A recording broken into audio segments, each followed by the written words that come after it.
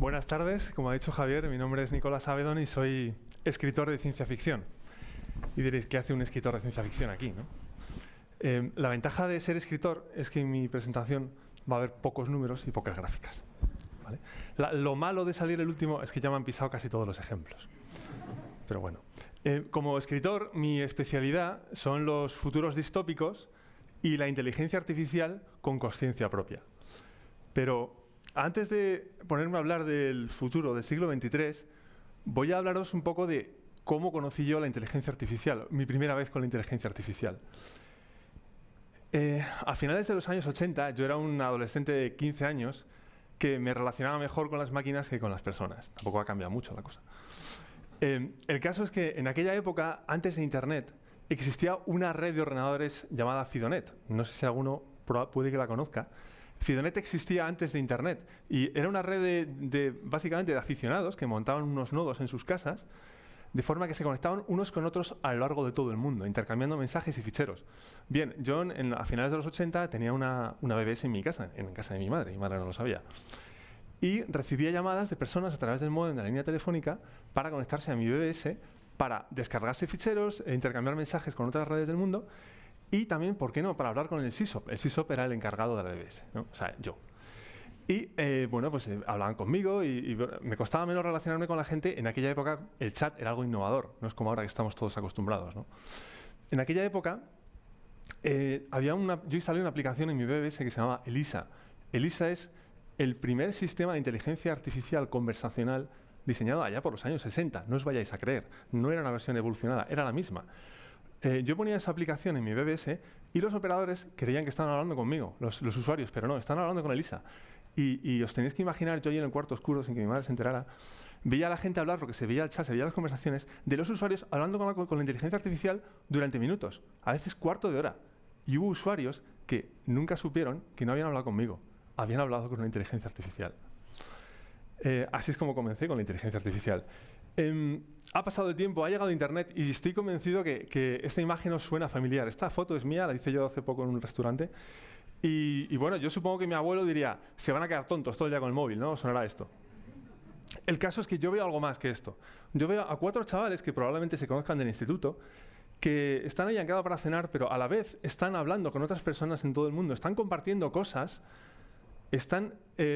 han salido de su zona habitual. Yo recuerdo que con su edad estaba comiendo pipas en el parque, quizás con unas cervezas, y intercambiaba cosas con los compañeros de clase. No había mucho más donde elegir. Sin embargo, estos 4 chavales, cada uno con sus gustos, con sus aficiones, con sus cosas raras, ha conectado con gente en todo el mundo. De hecho, no lo digo yo, lo dice el informe Pearls, que dice que la juventud de hoy escribe y lee más que la nuestra. Ya sé que resulta difícil de creer y podéis pensar que no es lo mismo escribir por WhatsApp que escribir cartas, pero los datos están ahí, ¿vale? Internet, ¿cómo podríamos decirle a nuestra bisabuela, pensad en vuestra bisabuela, qué es Internet?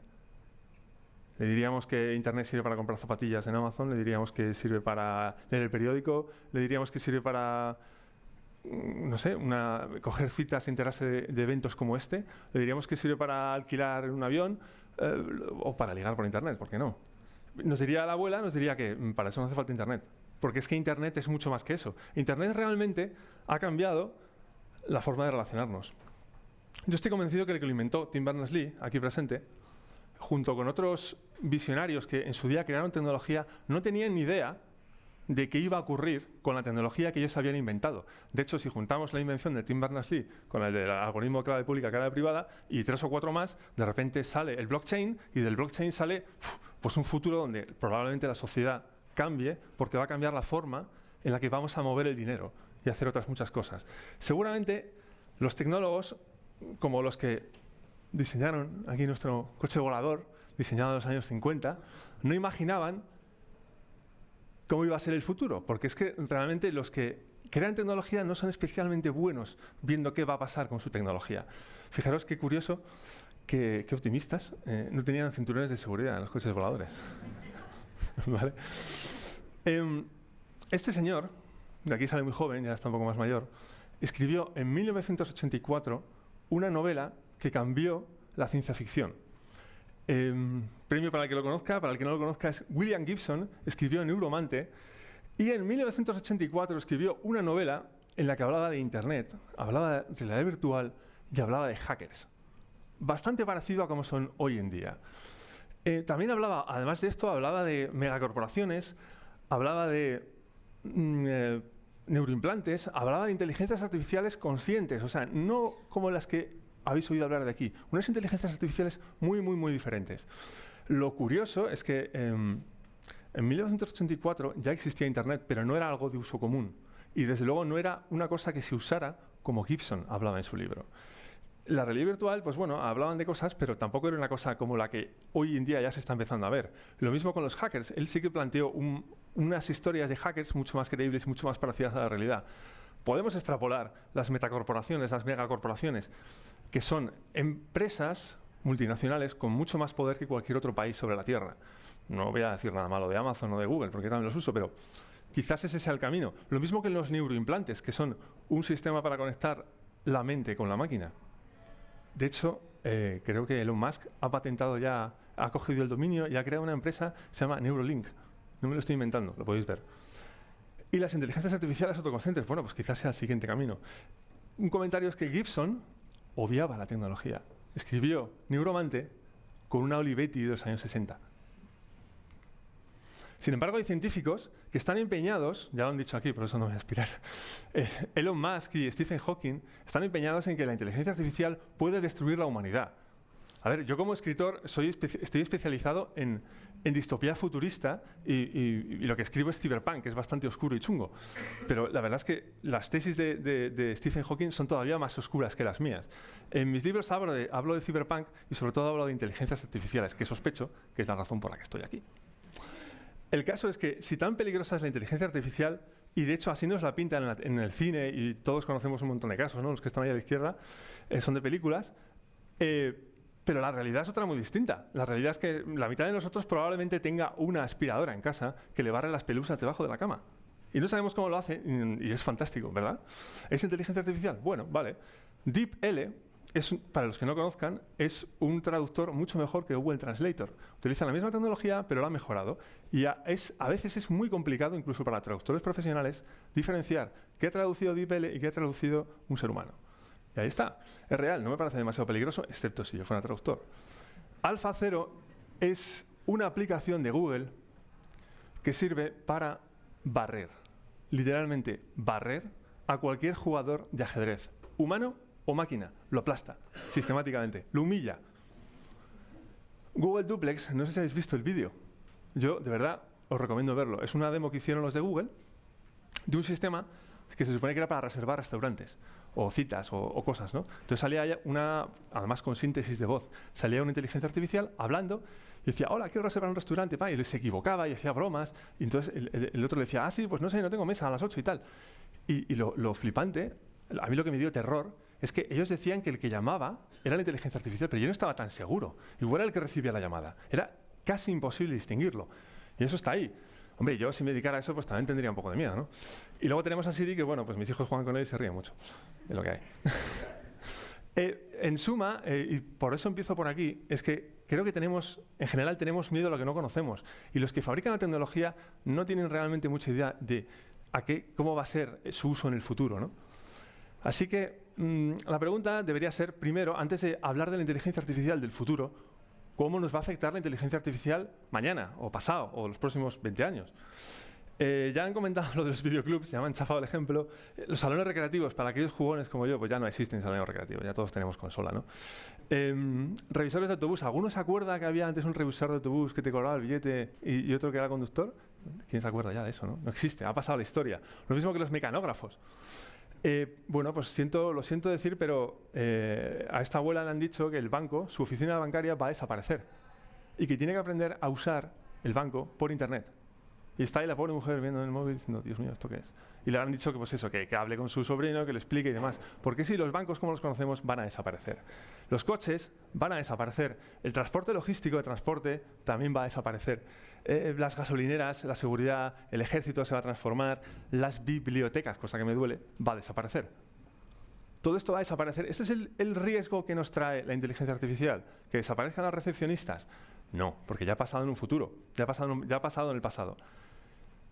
Vamos a hacer un ejercicio. Yo sé que iba a hablar del futuro, pero no hago más que hablar del pasado, lo sé. Pero para hablar del futuro, antes tengo que hablar del pasado. Funciona así en mis novelas también.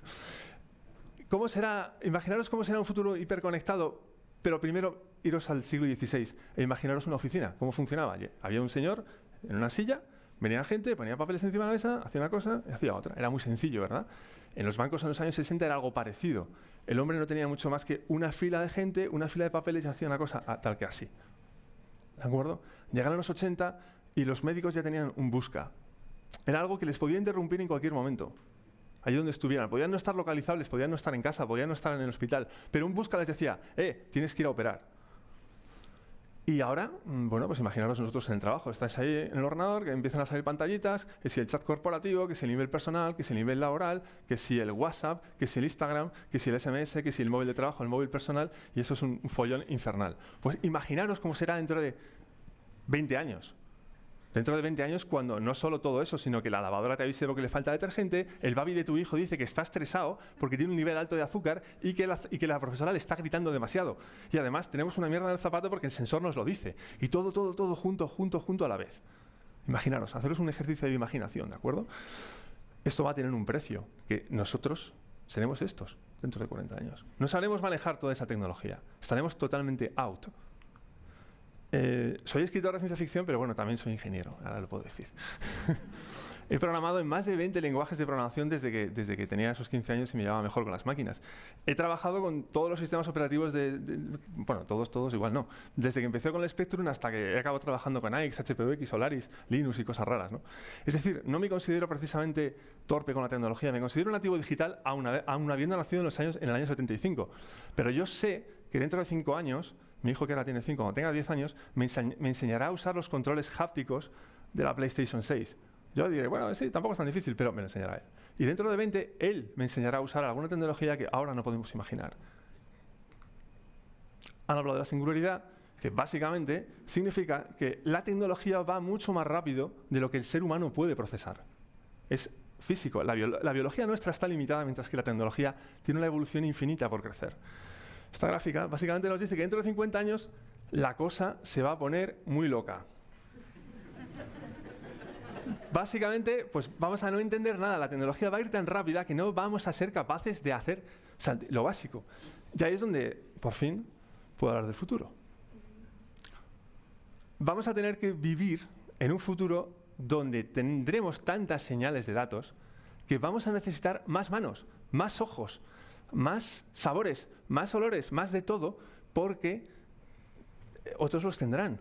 O sea, va a haber tantas señales de información que necesitaremos una ayudita extra.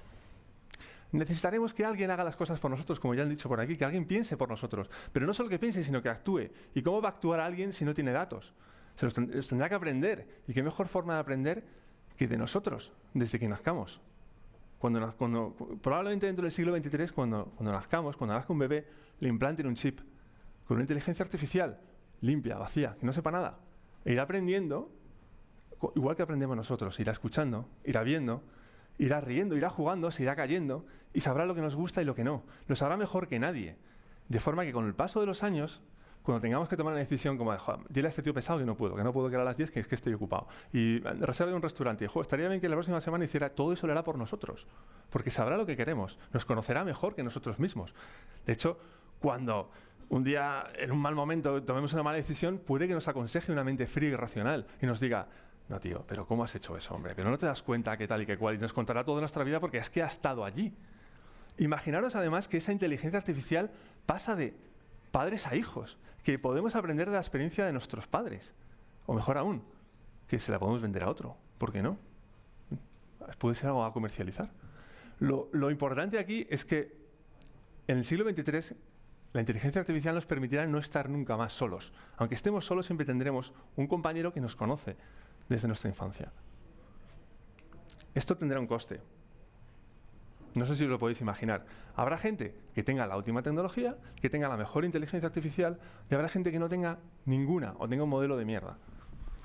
¿Qué ocurrirá entre los que tengan las mejores ventajas y los que no tengan ninguna? Que habrá una gran brecha. Habrá dos dos civilizaciones o dos culturas que coexistan en el mismo espacio, pero que no tengan nada que ver una con otra. Y podéis pensar que exagero un poco, pero pensad ahora mismo en todo lo que sabéis vosotros. Sabéis moveros por Internet, sabéis usar un smartphone, sabéis usar Internet. Hay gente, no hace falta que sean mayores, hay gente o que no tiene acceso a esa tecnología, o que no ha aprendido, o por la razón que sea, no puede. Y la diferencia entre unos y otros ya es enorme. Imaginaros qué ocurrirá en el siglo XXIII cuando unos que tienen una consciencia avanzada implementada en su ser compitan contra aquellos que son simplemente animales biológicos. Puede que en el futuro la inteligencia artificial desarrolle su propio alma. Quizás en ese proyecto, en ese proceso, el ser humano haya perdido la suya. A mí la tecnología, a mí la inteligencia artificial no es lo que me da miedo. A mí me da más miedo el ser humano que la tecnología. El inventor de la dinamita ya avisaba, decía, cuidado que con esto lo podemos liar parda, podemos acabar con el mundo. Einstein lo dijo con la energía nuclear. Y ahora pues está Elon Musk ahí diciendo que la inteligencia artificial va a acabar con el mundo. Bueno, pues ahí parece que hay un patrón, ¿verdad? La tecnología, puede que la energía nuclear acabe con nosotros, pero también puede que nos dé otra singularidad diferente de la inteligencia artificial. Energía gratis ilimitada. ¿Merece la pena probar? Los escritores, como yo, soñamos un futuro que otros llevarán a cabo, porque no somos profetas. Pero si hoy os he hecho soñar, os he hecho reflexionar, aunque solo sea un poquito, habrá merecido la pena, porque el futuro pertenece a los soñadores. Muchas gracias.